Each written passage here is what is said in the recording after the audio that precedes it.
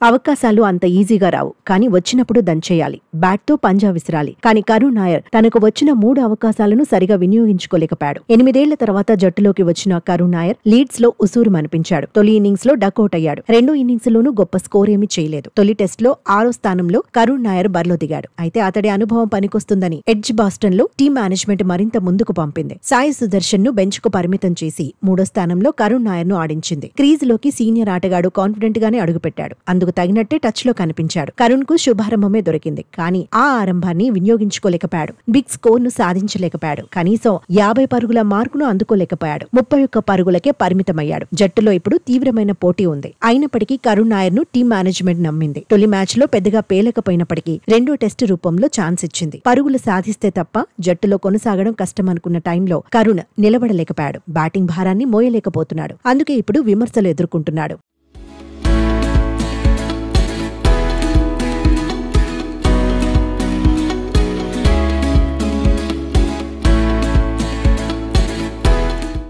నిజానికి ఒకప్పుడు ఇంగ్లాండ్ మీదే కరుణ్ నాయర్ దడదళ్లాడించాడు. ట్రిపుల్ సెంచరీ కొట్టాడు. కానీ ఆ తర్వాత నిరూపించుకోలేకపోయాడు. జట్టుకు దూరమయ్యాడు. మళ్లీ భారత జట్టు తలుపు తట్టేందుకు కష్టపడ్డాడు. దేశవాళ్లిల్లో పరుగులు పోటెత్తించాడు. సెంచరీల మీద సెంచరీలు కొట్టాడు. కౌంటీల్లోనూ బరిలో దిగాడు. అక్కడ అద్భుత ప్రదర్శన చేశాడు. టెస్టుల నుంచి రోహిత్, కోహ్లీ రిటైర్మెంట్ ప్రకటించడంతో కరుణ్ కు అవకాశం దొరికింది. సీనియర్ ప్లేయర్ అవసరం ఉందని టీం మేనేజ్మెంట్ నమ్మింది. కానీ కరుణ్ కు పెద్దగా కలిసి రావడం లేదు. ప్రస్తుతం సిరీస్ లో 3 ఇన్నింగ్స్ల్లోనూ ఇంపాక్ట్ చూపించలేకపోయాడు. దీంతో ఎడ్జ్ బాస్టన్ లో రెండో ఇన్నింగ్స్ కీలకం కాబోతోంది. రెండో ఇన్నింగ్స్ లో కరుణ్ నాయర్ తప్పక రాణించాల్సిందే అని ఎక్స్పర్ట్స్ సూచిస్తున్నారు. లేదంటే కెరియరే డేంజర్ లో పడుతుందని తేల్చి చెబుతున్నారు. దేశవాళిలో ఆడినట్టుగానే అంతర్జాతీయ క్రికెట్ లోనూ పరుగులు పోటెత్తించాలంటున్నారు. కుర్రాళ్లు అవకాశాల కోసం ఎదురుచూస్తున్న వేళ పరుగులు సాధించాల్సిందేనంటున్నారు. సీనియర్ గా ప్రత్యేకతను చాటుకోవాలంటున్నారు. లేదంటే సర్ఫరాజ్, శ్రేయస్ అయ్యర్, సాయి సుదర్శన్ వంటి వారికి స్థానం కోల్పోవాల్సి వస్తుందని హెచ్చరిస్తున్నారు. అయితే ఇప్పుడు కరుణ్ నాయర్ ఒత్తిడిని అధిగమించడం కీలకం. కెరియర్ లో ఎన్నో సవాళ్లను ఎదుర్కొన్న